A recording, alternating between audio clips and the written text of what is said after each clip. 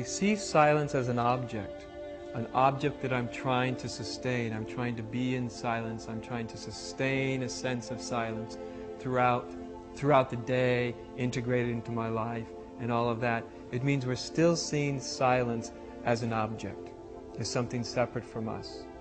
Silence, like awareness or consciousness, is another word. It's a metaphor for what we are.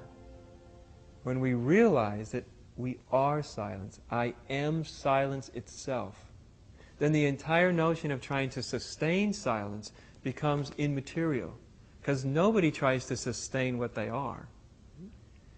And so it's just self-sustaining.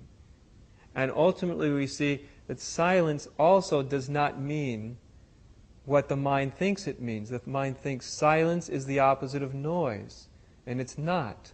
Silence is itself also noise, right? They're not separate.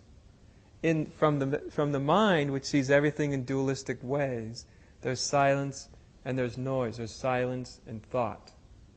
But when it seems that silence is what you are, and everything is a manifestation of that silence, even if we call it sound, then the duality has collapsed, and the effort to maintain it has collapsed with it.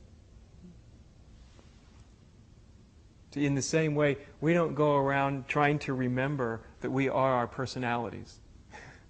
It's not something we do. It's just so natural. It just happens, right? So our personalities aren't an object that we drag around with us and try to sustain. And so in the same way, when we realize that we are silence, then the whole dilemma of how do I be this and how do I maintain it starts to collapse. The words like silence, they're just pointers. They're like, as we say in Zen, they're the finger pointing to the moon. But we keep mistaking the finger for the moon.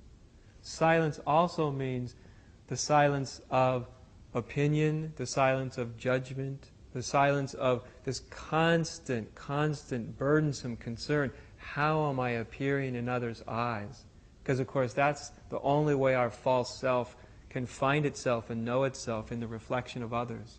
And so it's always concerned with, how do I appear? What do you think about me? Do you like me? Do you understand me? Am I okay with you? Do you love me? And silence is also the absence of that concern. To be without the concern. Not as a rejection, like I don't care, but as a simplicity, like I really don't care. See, and there's no rejection. So that also is silence. Silence of self.